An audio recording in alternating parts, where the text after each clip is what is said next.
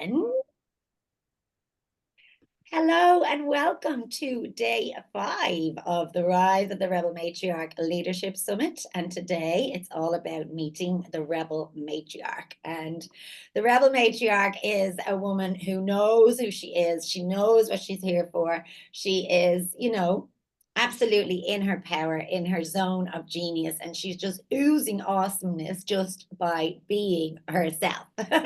So this roundtable is called Just Do You, the secret sauce to creating abundance and world-changing impact. And I've got a couple of world-changing witches here with me today to speak into this topic and shine a light and hopefully confront the myths that, success requires us to compromise who we are or to hide away or put masks on. And we're going to challenge the belief that we must be the best in order to be able to make an impact and break down the societal barriers that keep us playing small and making us feel like we, don't know enough or haven't got enough or aren't ready enough to step up into our leadership and to share what is so true and real and needed, that, the medicine that is on our heart. So yeah, it's all about showing up authentically, knowing that we don't need to know all the answers to be able to serve powerfully and to connect deeply, which is what people are craving right now. They're craving connection, they're craving intimacy, they're craving authenticity. People can see beyond the facade and the illusions of social media, and they want to know that behind those screens is somebody really true and embodied in their wisdom, and not just selling shit and packaging it up and marketing it, and then not being able to deliver on the other side the promises that they say they can fix or the solutions they say they can give to us. So I don't know about you, but I definitely, as a woman who was lured by the shiny lights of into the coaching space, and thought that everybody who was holding space was true and integrous and embodied. And it turned out, when you got into those spaces, when you got into those places with these people, it wasn't actually true, and they aren't as embodied as they say they are. And not to be shaming or blaming anybody, it was all part of my journey to actually really stand in my truth and know my power and not outsource my intuition and all of these things. It was a beautiful kind of awakening and remembering. And I do feel like this time in this past year, really all the veil has been lifted, and I have really seen what people actually are a stand for and what they're not a stand for. And I've had to be very discerning in who I invest my time and energy in, and who I invest my resources and my money in, if they're not actually aligned with my vision and my values. And it's times like this, times of crisis, that the truth really does come out. And there is a quote, isn't it, that there's only 3 things long hidden: the sun, the moon, and the truth. So yeah, I'm excited to just explore the concept of authenticity in leadership, and that I guess just that the joy and the ease that comes from just being yourself and knowing that you are the secret sauce, and that people aren't buying like all of the things that you package up and market in a shiny way. They're buying into your energy, they're buying into your vision, and they want to be a part of whatever the fuck it is that you've got going on. And that's what I love about the Rebel Ma collective books that I kind of created and called in my coven of women to join me in, because I was craving to be surrounded by women who were up to brilliant things, who were doing the big healing work in the world, and who actually gave a fuck about nudging humanity forward. And I wasn't prepared to water myself down or hide myself away, or be politically correct or spiritual bypass and anything. I wanted to shine a light on the truths that I was a stand for, and trust that by me standing in my light, in my truth, in my authenticity, that people would be magnetized towards me with the same values and the same visions and the same integrity that I was feeling was lacking. And that's what happened. We've got 30 women in this book. and almost 30 in the last book, and they've all come because they have a shared values and shared vision about the future that we want to live in. And it's so fucking refreshing that I don't have to watch what I ever say, that I just can go off and speak from my heart, and that inspires people. That by just me being me is enough to inspire others and call them forward into their own leadership by allowing themselves to be them. So that's kind of what we're here to discuss today. And yeah, I'm very excited to jam on it all with you girls. And yeah, I might hand over the mic. I don't want to take the mic too much, but yeah, I'm really excited to, just have a little jam about how we can explore embracing our true selves, and the correlation between that actually fueling abundance that creates ripples of change that extends far beyond us. So I might hand over the mic to Michelle today, who is tuning in from the UK, and she is the founder and director of the Aspire series, a global platform created to help women lead, change, and impact, and the extraordinaire and publisher and creatrix of the 55 Faces books, which form a key part of this as it weaves threads between women across the world who are stepping up in leadership and using their stories to influence change. So, hello, Michelle, and how are you, my love? I'm doing really well. Do you want me to just ramble? Is that where we're going? I think so. I mean, yeah, what you know what it's about. So what comes alive for you? What is true for you in this space right now? Because it's really the work that you do, allowing women. And that's one thing I really love about you. You hold a summit here for, 55 women. That's your number, isn't it? You just came to you and you're staying true to it. And you really trust in the weaving of that space. And it's a really beautiful space. But when you called me in and offered me a place to lead a workshop there, you never tried to control it. You never tried to know what exactly I was going to do. You never tried to plant seeds of anything into me. You just gave me the space to show up and serve whatever was true and alive for me, and it was so beautiful. It actually became this gorgeous new evolution of the work that I do, to have that space to really be true to what wanted to come through in the moment too, and it was powerful beyond words. And to see that over 4 days with everybody that took the stage was just incredible. And that's the power of women, real women, when they come together and they're standing in their truth and they're shining their lights bright. Yeah. Hugely, hugely. And I think, gosh, there are so many places to start, but a key word that you said was trust. Trust, trust, trust. I don't think you can separate authenticity and trust. That's the first thing, because whatever comes to you, you have to trust that you can lead with that and go with that, and trust that the right nuggets are going to come along at the right time. And it is as brave as fuck to go and put something crazy out in the world and go, hey, world, this is where we're going. Do you want to jump on board? I don't have the full picture, but I know enough of I know the next few bits, and then the rest is cloudy, but we'll figure it out as we go. It'll be fine. Like, that is brave. Some might say madness, but the majority of the population would not even consider that. Like, the number of people who have said to me, I would not do what you do, is out of this world. The other key word was energy, and that's something that I now, after coming out the other side of a big burnout, after a big, huge growth thing, that is number one. At the end of the day, like, no matter what you do, there's always going to be so much more to do, which taps into the whole thing of enough. What is enough? Yeah. But at the end of the day, firstly, if you're not happy doing what you're doing your mission, then you're not serving your mission. And secondly, you're not serving anyone who shows up for it either, because as Saoirse said, they show up for you and they show up for your energy and what you stand for. And if you're not passionate and excited about it, or at least deeply tapped into it because you're so far beyond that, then, like, what are you doing? What are you serving? You're not serving authentically from that space. The other thing I'd like to say is that I find the word authentic really weird.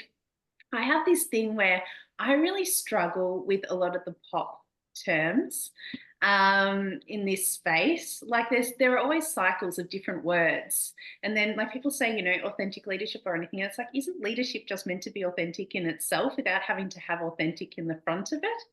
Like, what is it if it's not already authentic? Like, does it come out of a cereal box or something? I'm not sure where it comes from. So I find it interesting on that side, but also on the other side as well, is that sometimes when you're leading, it actually doesn't feel authentic. The things that you have to do and the space you have to put yourselves into, they don't always feel authentic. At some point they might when you grow into them and you shift into them and evolve into them. But often there are things you have to do that feel crunchy and don't feel like, you know, if it was up to me, I probably wouldn't do social media half of the time, but sometimes you still have to do it. And there are things that you're like, I'm stepping into this and I will find a way to fit myself within it or find a way to work with it in the best way that I can. So I guess it's more about like, how do I bring myself, more of myself to this and take the language or take the philosophy or the concept of what the thing is and mold it to fit me and my own work in the world. I know, I think in the brief there was something about compromise as well, not compromising yourself. And yeah, I think the beauty with the business world, and this is what I love about the business world versus the non-for-profit space that I come from, is that rather than fitting into someone else's structure, there is so much that you can create for yourself and do in your own way. And I think there was like one point early in my journey where I had this brainwave one day where I'd been watching all these people launch stuff and I was like trying to like watch on social media and go, what are they doing and how are they doing it? And I'm going to have to do that. And then I had one day I had something land and I went, hang on, somebody made that up. And I went, if they made that up, then I can make up something that works for me too. And I was like, oh my gosh, this whole thing is made up. It's all just made up. And it was just like this big awakening of I can actually do what I want. I don't have to follow any of that if I don't want to. And it's interesting when you operate in that space. I remember having a dance teacher years ago that posted something on social media, and his approach to managing his dance school was very different to most dance teachers, and he was extremely successful. And in this post, he said, you know, how do I feel? Like people ask me how I feel when other people copy what I do. And he's like, well, actually, I see it as the greatest compliment because they see that I'm successful and worthy of being copied. And it's interesting when you start putting stuff out into the world and it is your own construct that is a little bit left of center in the way that you do things. At some point, you do start seeing other things that are very similar popping up and you go, oh, I wonder where that came from. So it's, I don't know where I started with that, but anyway, it's it's an interesting journey. But I think I was saying something about compromise, and I didn't go anywhere near compromise. But the thing that I find interesting about compromise is that there actually is a lot of compromise, but it's compromise in a different way. It's not compromise in terms of like showing up to someone else's thing in a way that's pre-prescribed, I suppose. It's more compromise in terms of, am I going to prioritize spending a day working on Aspire, or am I going to prioritize going to dance? Both of them are authentic expressions of me, but I can't do both at the same time. So which one takes the higher priority? And if you have a pie and you have 100% of a pie, you know, in the past, I might have gone, you know, of my free time, 60% of that might have been dance, whereas now it might be 20%. So there's always going to be a compromise, but it's like, where is the compromise and in what kind of way? But then on the other side of that, which is the greater expression of me? And I think that's something that I'm really passionate about. It's like whenever we create something from scratch, we create, it's really just an expansion of ourselves. So it's like we've taken us and our worldview and who we are, and then it's like we've just exploded it and given other people the opportunity to jump inside that bubble with us. So that's super, super powerful. And if women in the world who have big, huge hearts and really care about humanity. If all of us did that, we just expanded our bubbles and allowed other people to jump inside with us, then yeah, we'd be a million steps forward from where we are. And that's why we're all here. Mhm. That is why we're all here, and that's how we are doing things, you know. We're recreating the wheel over and over again. And when you speak about copying, and I find that really interesting, you know, in this day and age, everybody's trademarking their trainings and their fucking the names of their courses, and then they literally they think they have a monopoly on words, and it's like you can't use that word. Like some women have actually, you know, threatened legal action on me for using the word her, which is literally like a fucking word in the dictionary because it's in her training, you know?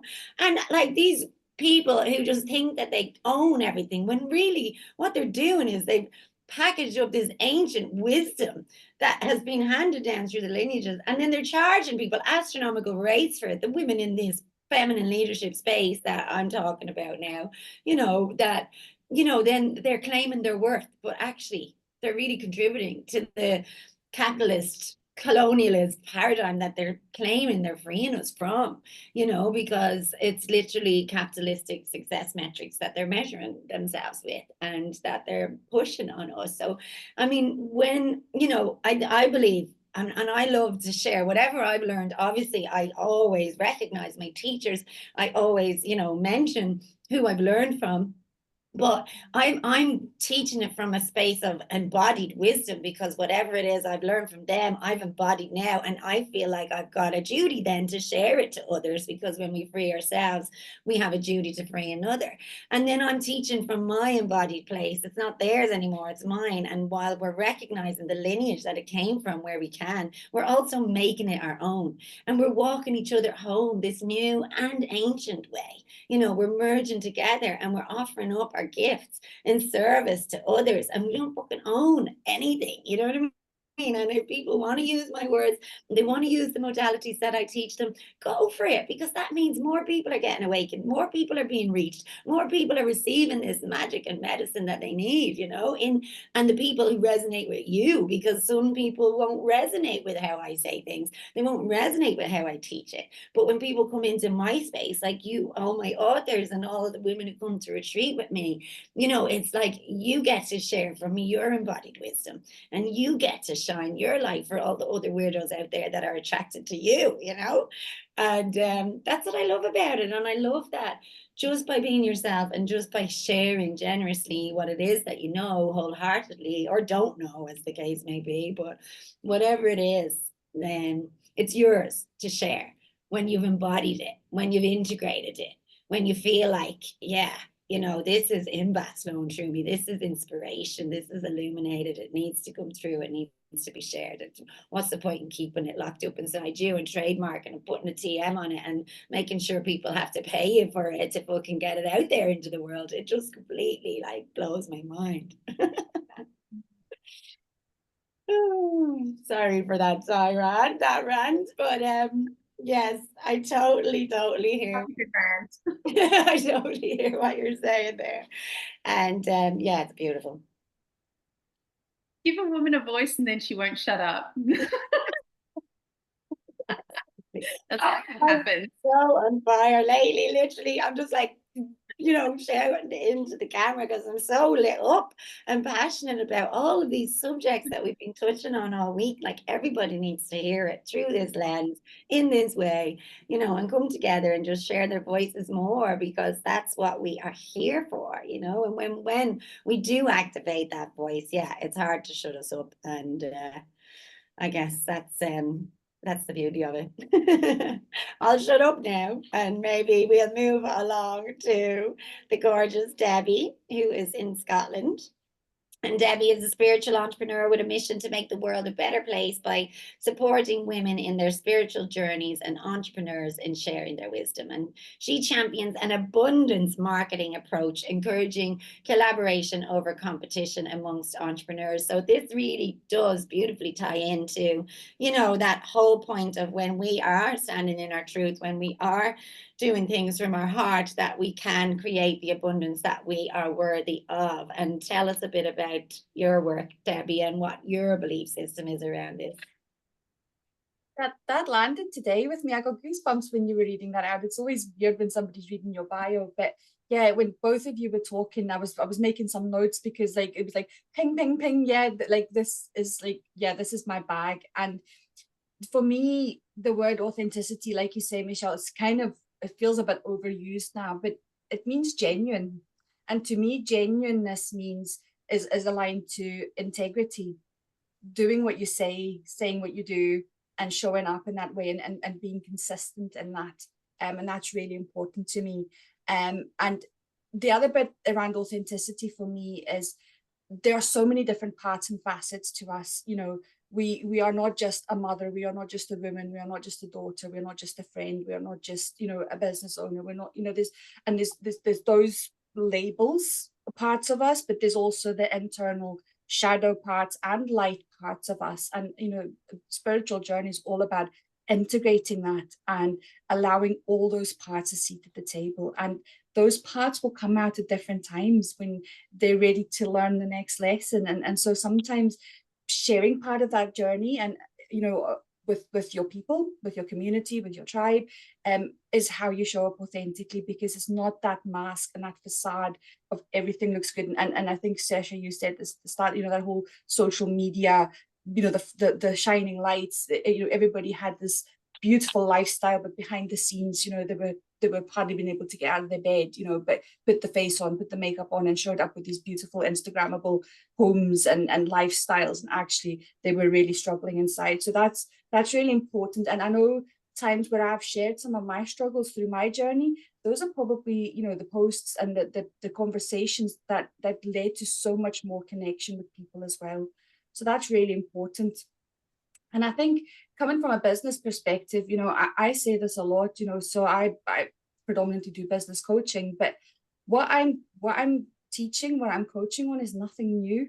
You know, there's very few new ideas in the world. Everybody's just putting their own spin on it. And that's absolutely okay, because that's where your secret sauce comes in. That's where your authenticity comes in, you know. And you know, it warms my heart so much when I get people saying, you know, you just speak to me, you speak to my heart, your message resonates with me. And I know that from that place of abundance, of sharing what I know, I will attract abundance back to me, because people will resonate with what I'm saying. And I think that's so important. And I think, coming to your point about, you know, these big names in the biz, you know, who push this 6-7 figure culture and lifestyle as the ultimate goal, and you're, you know, essentially feeling like a failure if you don't achieve that.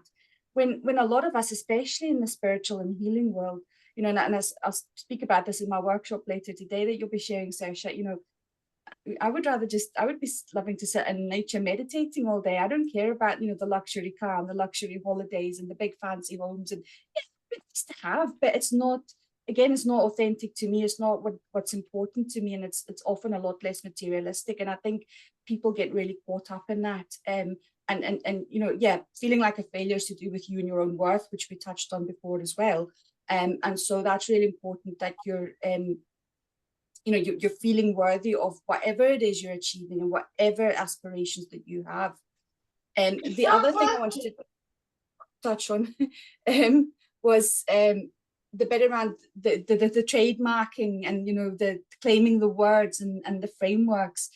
And you know, I was one of those people who did trademark something, and because and when I did a lot of exploration and work on myself, what I realized is I was doing it from a place of fear, because I was fearful that somebody was going to come and take all my proprietary information and make money off it. And once I switched to that abundant marketing and abundant mindset, you know, a lot of people will, like, you know, gatekeep and only drip feed their information, because you know, they don't want people to have everything all at once, because they might take it all and then cancel their subscription and just take all that information. And that keeps you in that fear, it keeps you in that lack and that low vibe state.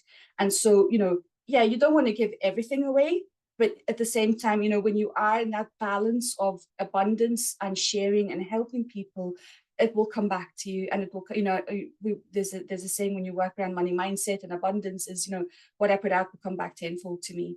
And, you know, so, you know, it doesn't always necessarily mean, you know, what you're putting out is money. You put out something energetically, money is energy, and that will come back to you as well. And that, I talk about money being energy in my workshop, but so that's something that I think is really important. And the other bit that you were speaking about, Michelle, about the different parts of you and the compromise of, you know, like your dancing and your Aspire work. And there's never, you know, we talk a lot about balance, but sometimes it's going to be more of one and more than the other. But it's about bringing it back to the equilibrium. You know, sometimes, you know, the scales will go like this, but it's about always bringing it back. But sometimes creating that space, and I think, Saoirse, I can't remember if we spoke about this in our workshop on Monday, but creating space allows more to flow in, but it also allows you to sit and be in that space of joy. So, you know, when you're doing the dancing, that brings you joy. And yeah, your other work brings you joy as well, but it's a different kind of joy and raises your vibration. So sometimes leaning into that part when you're feeling stuck, doing something, and I know, Saoirse, that was one of your other workshops about finding joy. That's where you create from. That's where your true self shines, and you can then weave that into everything else that you do. And I think that's so important, that we don't push parts of ourselves to one side because we feel like this is who I am, this is who I'm supposed to be. It's about bringing all of that in, because that's the authentic, but that's the genuineness part of it. But also, you know, from an outward perception perspective, but also from an internal perspective of how you create, how you show up, and how you feel whole and worthy to be able to do that. Yeah, I love that. Absolutely. And I love what you say about the energetic kind of, you know, what we create is it's an energetic, you know, blueprint that we're putting out there. And it's not always about the money, like even with books, you know, and writing books or becoming an author, it's not going to make you a millionaire overnight in any way, shape, or form. But it's putting out an energetic blueprint into the universe. It's saying, this is who I am. This is what I stand for. This is what I believe in. This is me, you know, and it's really going to pay off in dividends. You don't know when or how or who it's going to reach and what impact it's going to have on them. But you trust that it's going to have ripple effects that reach far beyond your mind can even fathom.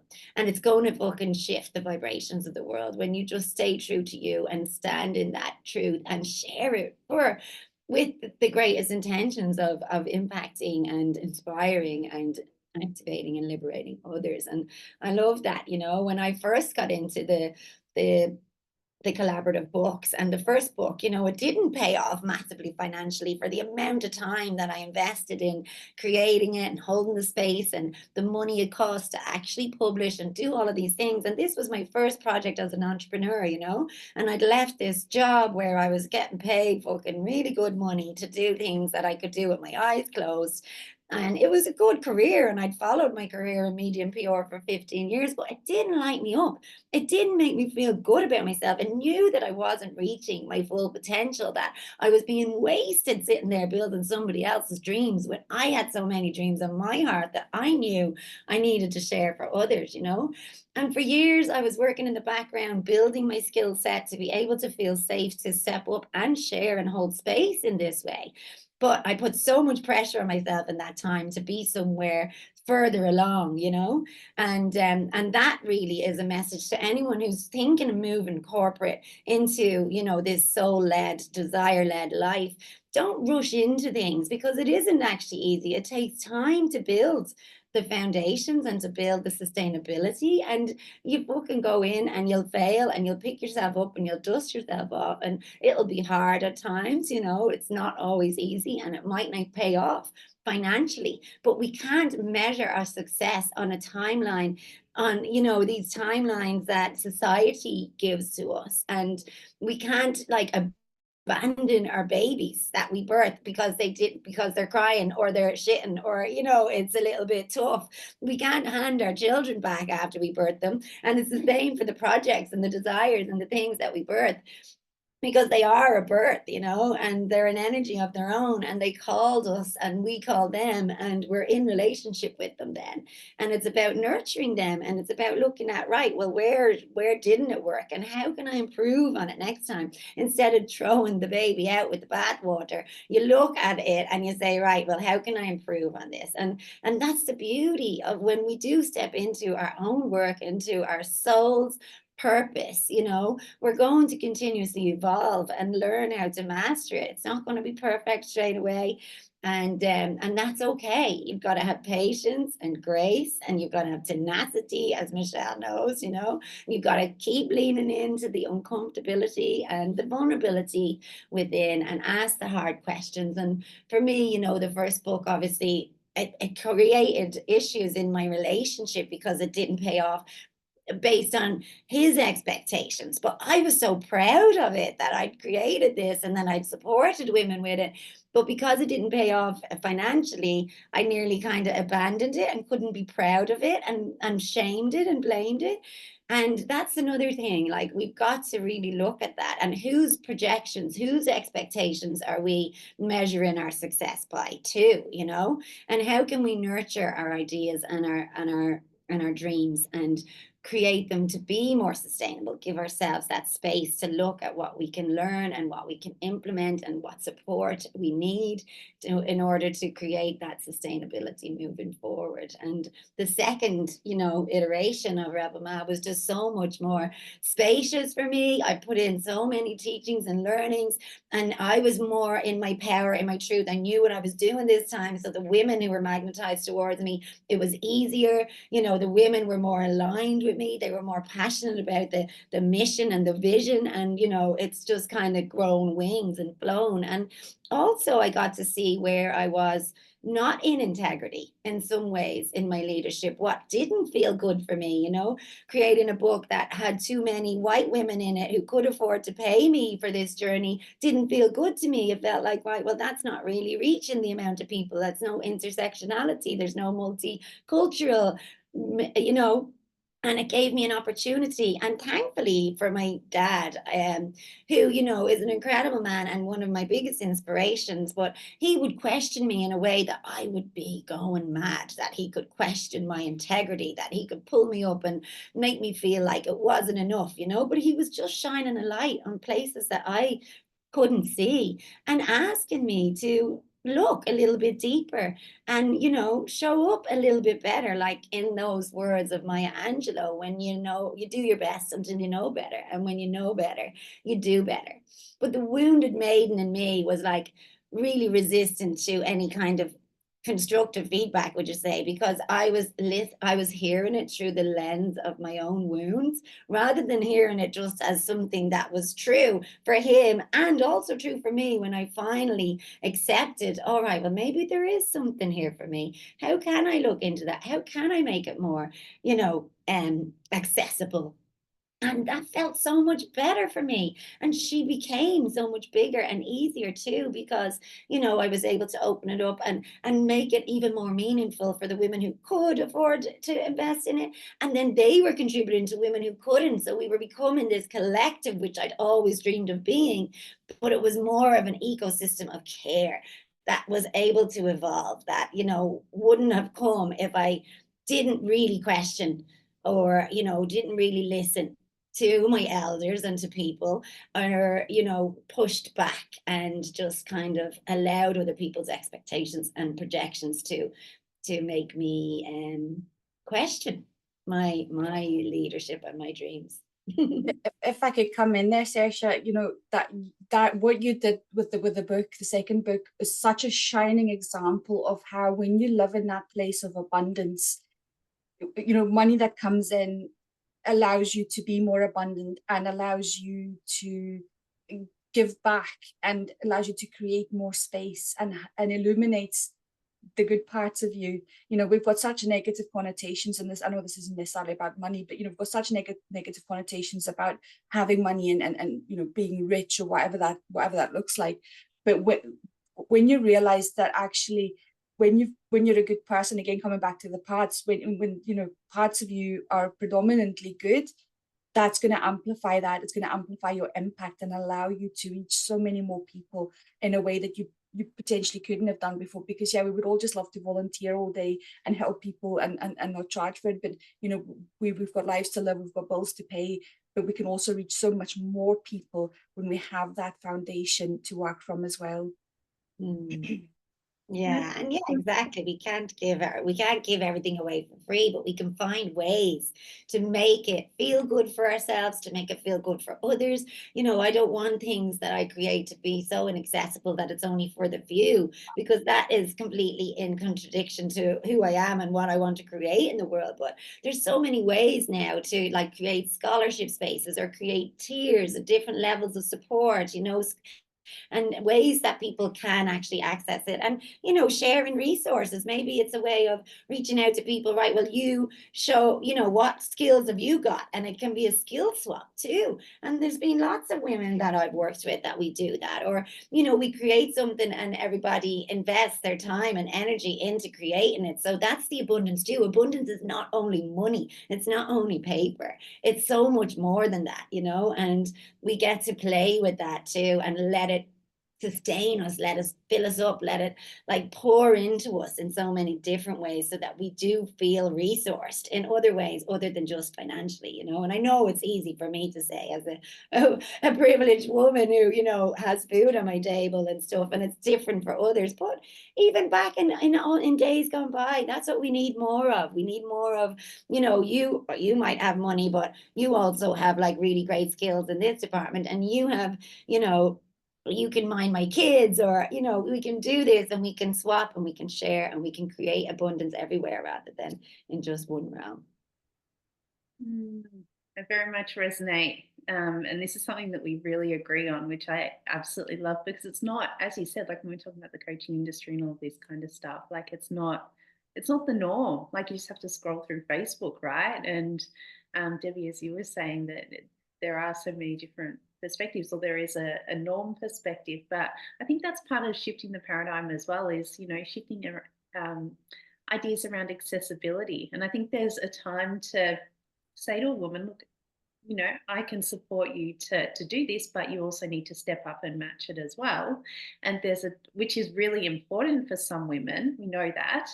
And there's also a time to go, how else can we navigate this situation? I know that you're the right woman, and you know, it might be that there needs to be a different agreement or a different plan, but as long as we get to the same outcome, I don't care how that happens. And you know, there are incredible women who cross your path who have a skill set that you go, oh my gosh, I need that right now, sometimes more than the financial side. And it works beautifully, because we need to be supported in all of the ways. Like the energetics of what we need is required in all kinds of different ways. And if it saves the energy of even trying to find that person because they've already come to you, then that's a huge win for everybody. And if they're a part of the community, then that's even better, because you know that they're on board with the vision and they're invested in a very different way. I was thinking about this earlier in the week when I put the thing out for the next summit, the event that I do in Bali, and I did the breakdown of themes. I've really wanted to do a piece around money for the summit, and I really wanted to do it last year, and it didn't land. And at the time, you know, when something doesn't land, you're kind of bummed, but also there's always a higher purpose in that. There's always someone that hasn't shown up yet, or something that hasn't landed yet, and you're just like, okay, whatever, it will circle back around. And I was like, originally I was going to call it money, sustainability, and impact, but there have been 3 words that I've been playing with a lot recently, and I was like, thanks, Joanne. But at the same time, I was like, can those 3 words that I've been basically meditating on myself, I was like, can they be the theme? And then when it landed, I just went, oh, that feels a bit edgy. Can I go there? And then I just went, that's why I have to go there. And the theme ended up being money plus power equals love. And I just went, And I was like, well, actually it does, because it's love amplified, because we can have love, but if you add money and power to it with the right mindset, like you can just blow up the whole thing and the whole world. And I was like, oh my gosh, that's actually the perfect theme. And yeah, Yeah, that feels so much better than money and impact and sustainability. I Like, got sure. goosebumps the minute you said that. It just went woof. It just landed right in my body there. Wow, that is so powerful. That's like something that I want every woman who's there to embed in her brain, that if we have the resources and the power, essentially, like we're unlimited. We're totally untapped. We're unlimited. We can do so much good in the world. And we do need more money in the hands of women. Like, I'm not about not making money. I'm fucking here for making the millions if we can, so that we can actually disrupt the systems on a grander scale, and put the money into the places that need it the most and give back more, and it's been proven that women with more money contribute more to their communities, create more change in societies, and that's what the world needs. So I'm here for making the money, and I'm here for doing it from a heart-centered, love-filled, powerful space, and doing it together. And it's not just me up the top making loads of money, it's us together sharing resources and sharing skills and sharing the love, and all receiving the abundance that we deserve, because the world is so abundant. She gives us everything we need. These bookers who have created money, it's just an energy, it's an energetic exchange.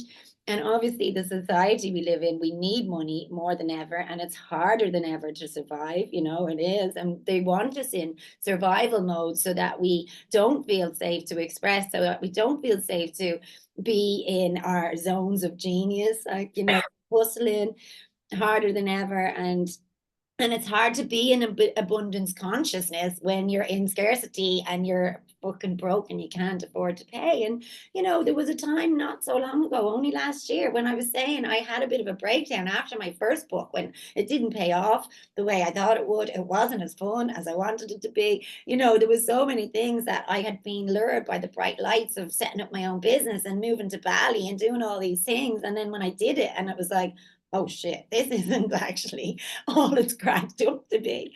And I did go into a bit of a descent and a dark underworld space for a while. And I was in victim mode, and, things were not good. But I reached out to my sisters, women who are doing things that I didn't have the money at the time to actually invest in big coaching spaces or mentorships. But so many women offered up like hour-long calls with me, or brought me into their containers for free. And yes, like, held me to my abundance. When you have it, pay me. Not like give it to me right now, but trusting that they trust in me, they trust in my vision, they trust that I can create abundance when I'm in my zone of genius, when I'm firing on all cylinders. So I just needed a little bit of help to get me out of that dark hole I was in, to believe in myself and my dreams again, to rise with my dreams instead of staying in the underworld, stuck in the victim mode forever, So that's the beauty of it. We don't have to, and we shouldn't. And if anyone ever came to me, 100%, I'm here for it. You don't need to pay me to receive, anything from me if you don't have it. But what I loved as well about this iteration of the book, when I created a 3-tier system where, there was a scholarship, then there was a standard, and then there was an upgraded for extra support and extra, women were so honest about where they were at. Like, some women who could have taken the scholarship but didn't, they wanted to pay on that middle layer, because they didn't want to take something away from somebody who really did need it. And I was like, that's fucking epic. You know what I mean? Like, give women the opportunity, and they're going to be truthful, and they're going to say where they're at and what they need. And if they don't need it, they won't take it. And that's the kind of world that we need, and that's the kind of world that we're creating here. And it's a beautiful thing. And then the women who pay the extra, they're opening up a space for another woman with less financial abundance, and they're fucking so happy to be able to invest in it, because it's not only for them, it's for something bigger than them. Yeah. And with more resources circling, we can give so much more back at the end of the day. There's so much more that we can give. Yeah. Yeah, absolutely. Absolutely. So what would be, one tip or trick or, thing that you could leave people with if they are in business? Like, what is it that, a special gift that you have, that, the secret sauce for you, that they can actually do too, in order to be able to create abundance and also this world-changing impact that we so deeply desire to do?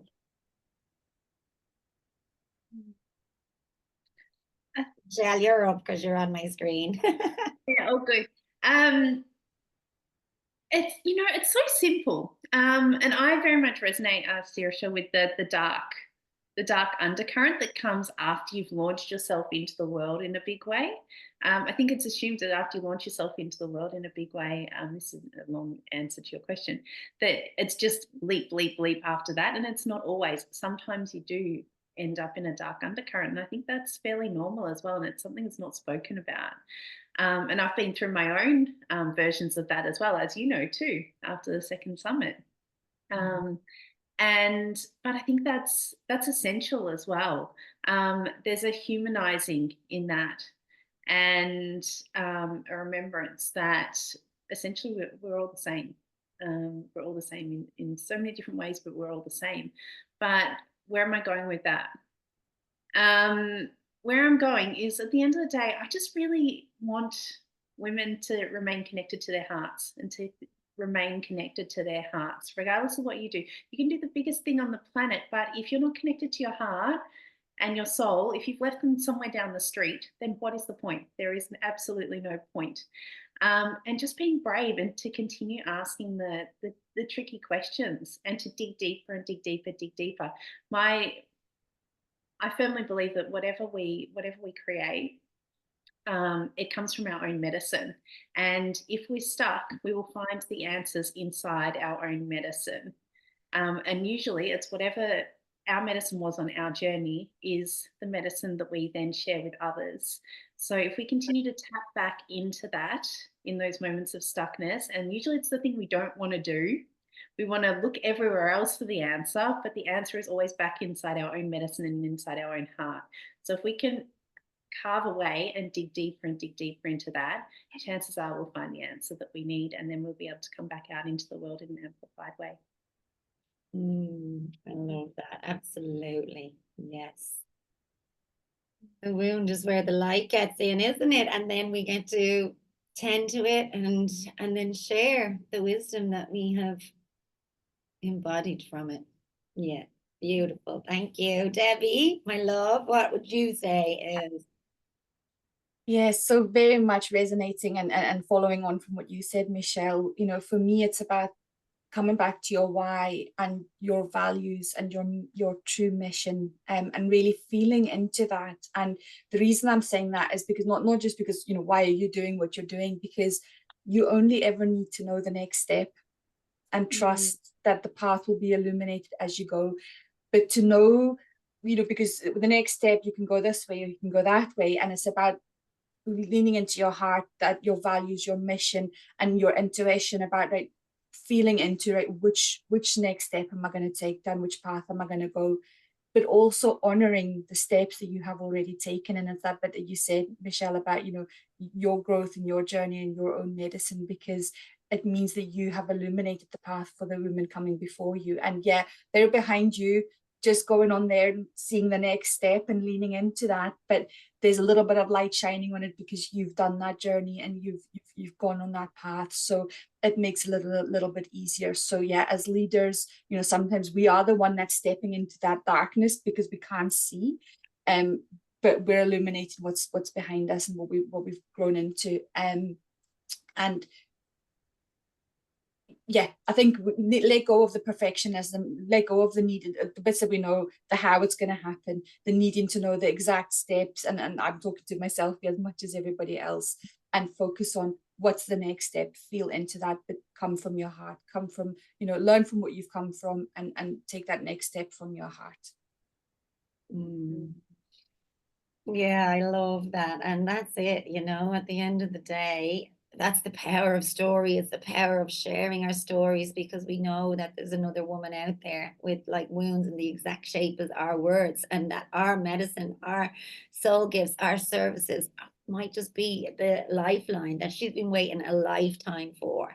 And that's why we've got to stand in our truth and shine our light and use our voices and share our stories and know that the revolution will not be perfect, you know, and that what we're doing a lot of the time has never been done before. So it's going to feel icky and edgy and weird, and people are going to question it and object to it. And like, you know, but we just have to stay centered in our truth, listening to the inner whispers, taking courageous action one step at a time, because you know, the big picture is never revealed. We just have to lean into the mystery. And that's the beauty of the feminine awakening. I feel so many women, you know, are waking up to the mystery and leaning in with the courage and vulnerability and allowing themselves to, yeah, move with wonder and curiosity instead of staying stuck in this fear, you know, and this like expectation that society put on them. So I just absolutely love that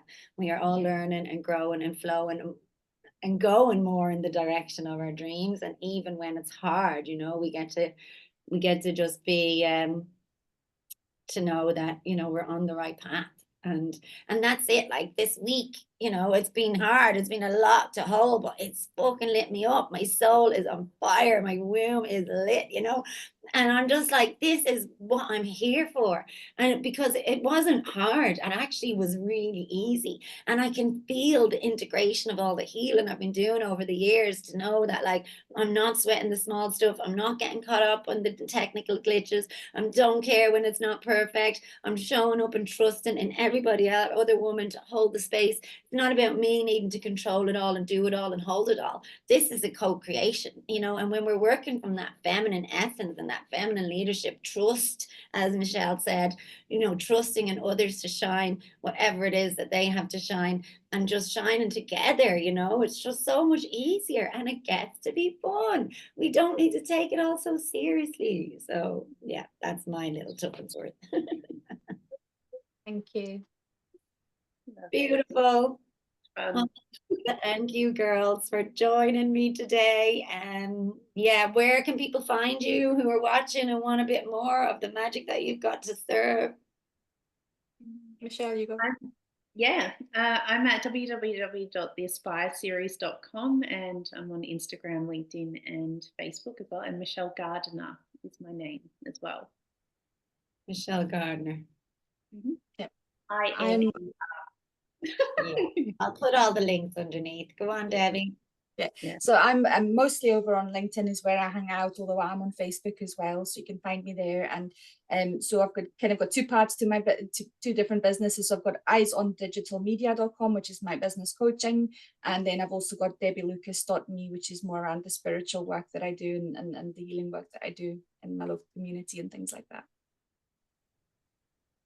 Cool, awesome. And that is great. That is beautiful. Reach out to these women, connect to their amazing stuff they've got to offer, and yeah, just step up, do whatever healing you need to do in order to get out of your own way, and know that it doesn't need to be perfect. Progress, and you're learning and growing every day. And yeah, there's no perfect moment to wait for. Now is your time to shine. Because you are your own kind of gravy, baby. All righty. Bye-bye. Bye. Have a great day. Thank you very much, girlies. And I will definitely be speaking to you soon.